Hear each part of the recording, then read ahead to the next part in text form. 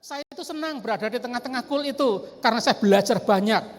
Rupanya orang bisa lanjut usia, tapi setia pada Tuhan itu sungguh luar biasa loh ya. Itu adalah anugerah Tuhan sendiri. Dan rupanya saya itu agak dicintai oleh kul jemaat kami di sana. Buktinya itu, ini pernah saya ceritakan yang lalu itu saya itu sebulan sekali pasti mimpin, kadang-kadang malah sebulan 2 kali saya mimpin. Nah sekali waktu ada seorang oma sudah tua bilang pada saya, Pak Iman kok lama toh enggak datang? Pada seingat saya 2 minggu yang lalu saya datang dan memimpin. Dan saya katakan, loh mak 2 minggu lalu saya mimpin loh mak, kok dibilang lama, kenapa toh? Kok nanya ke saya? Dan mak itu mengatakan, kangen sama Pak Iman. Sudah bisa membayangkan nasib saya, yang kangen sama saya kok bukan noni-noni tapi mak-mak tuh. Tapi ya lumayan ya tuh, dikangeni sama mak-mak itu lumayan daripada tidak ada yang kangen ya. Jadi dikangeni mak-mak ya lumayan dah ya. Saya tuh mikir-mikir, kenapa kok sampai mak-mak itu kangen sama saya? Padahal saya tuh nek ketemu mak-mak itu selalu saya godain loh mereka itu. Saya godain ya, saya ledekin, tak ece mak-mak itu ya. Tapi kok malah seneng. Dan kalau saya tanya, mak, nek ketemu saya selalu tak ece, mak, tak ledek ya. Saya guyoni, kok seneng napa? Kok ndak nesu malah seneng napa? Dan mak itu berkata, justru karena itu, nek ndak ketemu Pak Iman, orang sing godho gitu. Jadi ini rumus bagi orang muda, nek kepengen dicintai mak-mak, godonan mak-mak itu. Ya. Sing tepat. Nek ndak tepat nanti bisa marah ya. Bisa ditampilkan slide-nya.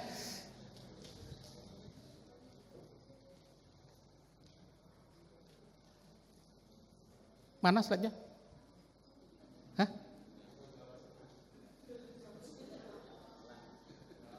Slide-nya mana? Ada kok.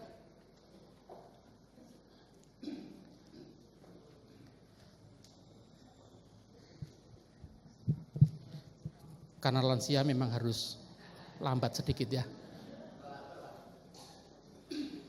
Mudah-mudahan tidak hilang. Nah itu dia. Ini tema kita ya. Lansia penuh sukacita dan bersinar. Kalau saya ingat tahun lalu, itu saya punya kesan bahwa lansia Klaten ini begitu bersemangat, begitu penuh sukacita. Jadi apa masih perlu lagi dikhotbahi supaya penuh sukacita? Kelihatannya kok enggak perlu ya. Sudah tuh, sudah penuh sukacita ya. Jadi apakah masih perlu lagi Bu Ira? Perlu lagi ya, supaya tambah sukacitanya. Lansia penuh sukacita dan bersinar. Bapak Ibu, kalau disuruh milih itu, jadi seneng jadi bayi atau jadi seneng usia lanjut toh? Hah? Lebih seneng mana toh? Jadi bayi atau jadi orang tua? Hah? Jadi orang tua? Kalau orang-orang seneng lihat bayi atau lihat orang tua?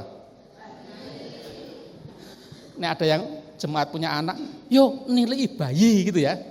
Tapi kok jarang loh kita diajak, yo nilai wong tua gitu ya. Jangankan yang bukan apa-apanya, anak saja kadang-kadang nilai mamai ndak mau ya. Jangankan nilai telepon saja sok tidak toh. Sehingga hatinya loro-loro ya. Dulu kalau telepon itu paling-paling kalau minta uang sakunya habis itu ya. Jadi Bapak Ibu lebih senang jadi bayi atau lebih senang jadi orang tua? Hah? Lebih senang jadi bayi atau orang tua? Yang masih kepengen lebih senang jadi bayi, silakan jadi bayi lagi ya. Yang tidak ya, tidak ya. Setiap usia itu punya keindahan dan punya pergumulannya sendiri-sendiri. Nah, hidup kita ini sebetulnya sebagai lansia ini senang atau susah? Senang atau susah? Tergantung sikap kita sendiri ya. Kita mau senang ya bisa, mau susah juga bisa. Nah, warga usia lanjut GKI Klaten, kesan saya, entah benar entah salah, ini seneng-seneng kabeh nih. Podo bersemangat ya. Kelihatannya begitu. Mudah-mudahan benar ya. Sebab pertanyaannya, kita penuh sukacita benar? Nah, diarahkannya benar. Kalau diarahkan, kita penuh sukacita, enggak kan? Enggak, pasti gitu ya. Kita penuh sukacita, ya penuh sukacita ya. Tapi betul, ini kesan saya tahun lalu itu GKI Klaten ini semangat sekali ya, orang tuanya semangat sekali. Mudah-mudahan seterusnya kita tetap bersemangat. Bapak Ibu, kehidupan ini isinya entah kita mau tidak mau, suka tidak suka, isinya itu ada susahnya dan juga ada senengnya. Karepe kepengennya seneng terus, tapi nyatanya tidak bisa. Kepengennya sehat terus, tapi kadang-kadang sakit. Kepengennya badi terus, tapi kadang-kadang juga rugi. Kepengennya mendapat terus, tapi kadang-kadang juga kehilangan. Inginnya sukses terus, tapi kadang-kadang juga gagal. Gitu. Ini isi kehidupan. Ada pagi, ada juga malam. Ada hujan, juga ada cuaca yang cerah. Begitu kan? Suka enggak suka. Ada hidup, ada baik mana?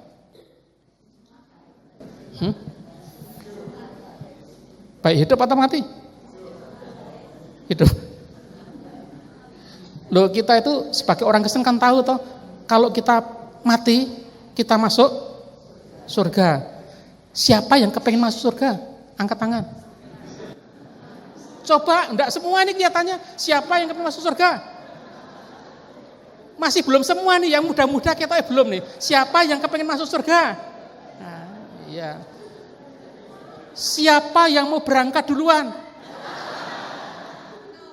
No. Ini rahasia nih. Saya mau kasih tahu ya.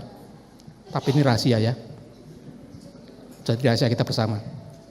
Syarat untuk mati itu tidak harus tua loh. Muda bisa loh mati.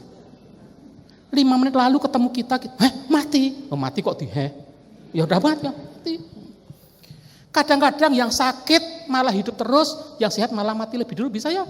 Saya punya jemaat seperti itu. Ini ibunya sakit, lalu ada berita, bapak A meninggal, salah ibune, bapak yang sakit kan ibune, ya tapi si mati bapak bisa. Bapak stres nunggu nih istrinya mati ya, duit entek, kurang tidur, dia susah malah mati lebih dulu, bisa ya terjadi. Jadi mati dan hidup sama saja. Paulus mengatakan hidup adalah Kristus dan mati adalah keuntungan. Mana yang aku pilih? Aku tidak tahu. Saya juga sama Pak, mati sama hidup sama saja. Kok iya? Masuk iya? Iya. Wah saya urip oke utangi, lebih mati saja. Kalau itu sama, tapi sama jeleknya ya. Paulus mengatakan sama bagusnya. Sebagai orang beriman kita tahu hidup bagus, mati pun juga bagus. Kadang-kadang kita kalau ngomong soal mati kita takut ya. Jangankan kematiannya, ngomong saja kita tidak berani kok. Coba kalau ada pasangan suami istri mengatakan, Mah atau Papa, besok nek aku mati sik piye? Kadang-kadang percakapannya berlanjut, disunan ngomong mati. Kayak orang ngena gitu ya. Kenapa tidak dilanjutkan? Orang ngena ngomong soal mati gitu ya. Kenapa kita takut bicara soal kematian? Karena kita sendiri juga takut terhadap kematian itu. Jangankan mengalaminya, omong saja takut, tabu, kita tidak mau ngomong ya. Padahal kapan saat yang tepat kita bicara soal kematian? Ada seorang ahli filsafat mengatakan begini, kita tidak usah bicara soal kematian, karena kalau kita bicara soal kematian itu tandanya kita belum mati. Dan kalau kita sudah mati, kita tidak perlu ngomong soal kematian. Ya memang tidak bisa kan? Tapi saat yang paling baik ngomong soal kematian ada sekarang, mumpung ketika kita masih hidup. Kalau kita tahu kematian dengan baik, maka hidup pun bisa kita jalani dengan baik pula. Betul begitu ya? Itu takut, tidak takut, mau tidak mau, mati itu bisa. Ya. Jadi kalau ada orang jahat, tidak usah didoakan, cuma mati. Tidak usah didoakan, mati sendiri tuh. Ya. Daripada kita jadi jahat ya, itu besok akan mati sendiri tuh. Jadi isi hidup memang seperti itu, ada susah, ada senang, ada untung, ada malang, ada sehat, ada sakit, ada pagi, ada malam, dan juga ada hidup, ada juga mati.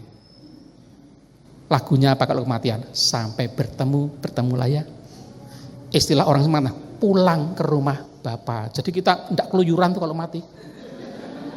Pulang. Dan itu pun ke rumah Bapa loh. Oh istilah pulang itu indah sekali loh. Kalau kita diajak piknik, tidur di hotel yang bagus, mesti kita rindu pulang. Padahal rumah kita lebih jelek daripada hotel itu. Betul ya?